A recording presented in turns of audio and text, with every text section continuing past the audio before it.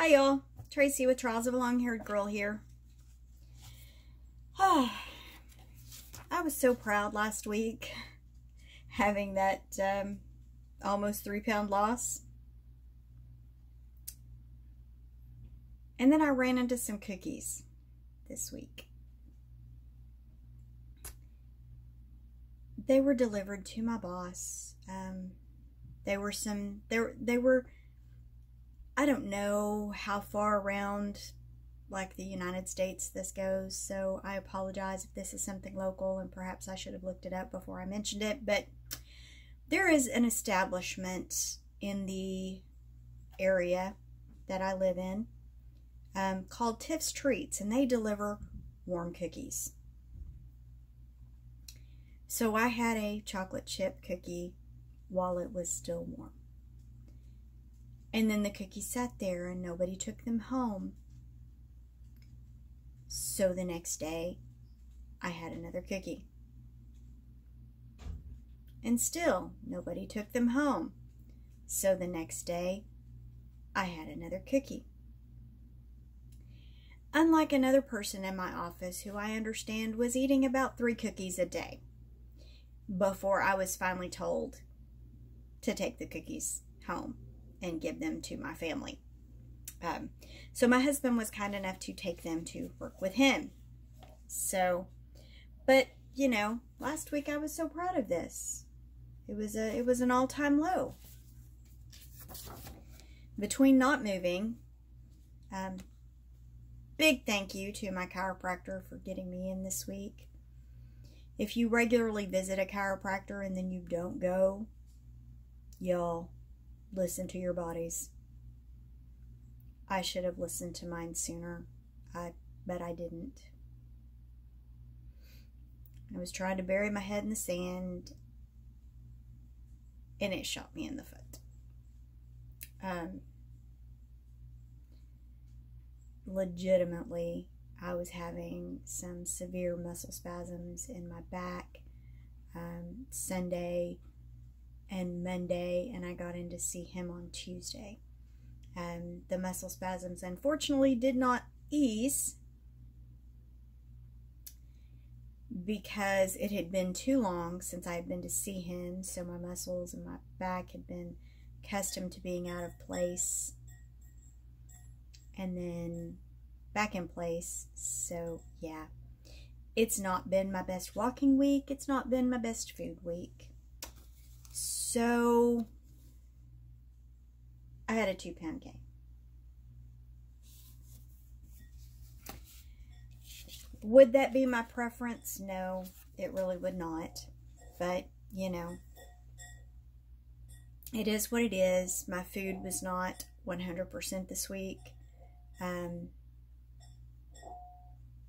have Monday off. So my intent is to make sure that I set myself up for success this week because, hey, I have an extra day to prepare. Y'all, you know, those people, those authors that write things that just really speak to you, and then you have an opportunity to see them and to hear them speak in person. Y'all, I was blessed with the opportunity to listen to Lisa Turker speak yesterday, well, like last night and this morning, and her books speak to me on a completely different level, but it was amazing to hear her speaking, and it was like she was speaking straight to my heart. So I know that there are others of you who have had opportunities like that, and I hope that more of you have an opportunity to do something like that. She was speaking at a women's conference in our area, and if it hadn't popped up on my social media, I probably wouldn't have known that she was going to be here. She will be in the Dallas-Fort Worth area again in February, I believe. But my husband and I discussed it and decided that this would be a better opportunity because the one that she's going to be at downtown Dallas, and the times that it starts and stuff, it would not really be overly convenient for me to make it down there in time without having to take a day off, and going down to Dallas that time of the day would not be high on my priority list. So it was a great opportunity. I enjoyed it. I am very much looking forward to the women's conference that we will be having in April for our church, or our organization overall, I guess. It's going to be a great opportunity. Anyway, having said all that, this week, how ironic. I didn't even look at this, I swear, before I said it. The meeting this week, because I did not stay, I was rushing around, is setting yourself up for success. How perfect is that? And I gotta tell you, I was kind of eyeballing when I sat down the recipe on the back. Bacon pepper poppers snack lunch. This actually looks very tasty.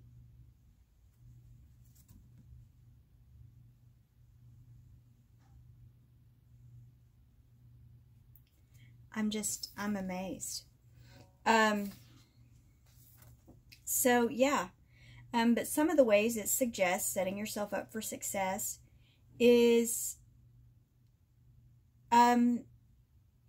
put fruit out. I need to put my oranges out on the counter. I normally don't keep them in the fridge, but my husband got them before I finished off my other oranges, so they're in the fridge.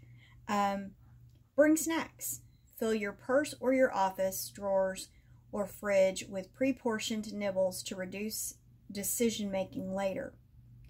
Check out the back of this weekly for a simple recipe, which is the one I showed you. Simplify your mornings. Not an early riser. Arrange your breakfast ingredients. We love tons of veggies and omelets at the front of your fridge, and leave out your cooking tools. Start writing. Leave a notebook and pen on your nightstand so you can write 3 things you are thankful for every day. Anything from finishing a chapter of a book to catching up with a friend. Get sneaky. Want to nosh less on certain treats? Stash them in cabinets that you don't usually open or that can't be easily reached. Or give them to your husband, which is what I often do. And keep your go-to snacks at eye level. 6 is to cue activity. Place an alarm clock across the room next to your fitness clothes to help you get moving. Well, I haven't had to set an alarm because I've had a baby dog waking me up. My plan, honestly, is really, I want to set myself up for success this week. I want to make sure that I am prepared, even if I can't move a lot this week. I did try to get, 10 to 15 minutes of activity, but when my back started spasming, that was not a fun option. So I, for the most part, I would stop when that happened. So yeah, my goal this week is really to work the plan. I want to try to get a formal workout in, even if it's only 10 minutes, at least 3 days this week. Trying to ease back into it and not hurt my back. I am supposed to go see my chiropractor again this week, towards the end of the week. So I will have gone like a little over a week before I see him. And my hope is that that is going to, once I get another alignment, that's going to get things back in place, and I'll be able to just go back to like once a month or so paying him a visit. So yeah, it's definitely, for me with my back, it's one of the big things that I know that I have to take care of.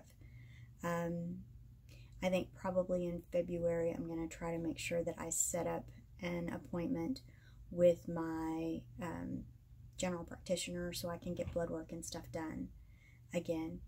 Anyway, I will see you Monday for Meal Planning Monday. I may actually throw some meal prep in. I haven't decided yet. My son starts his new job on Monday, so that may also play a part in how much I can get done. So, you know what? If I do, it may wind up being up on Wednesday. We'll just do a what's calling Wednesday meal prep edition.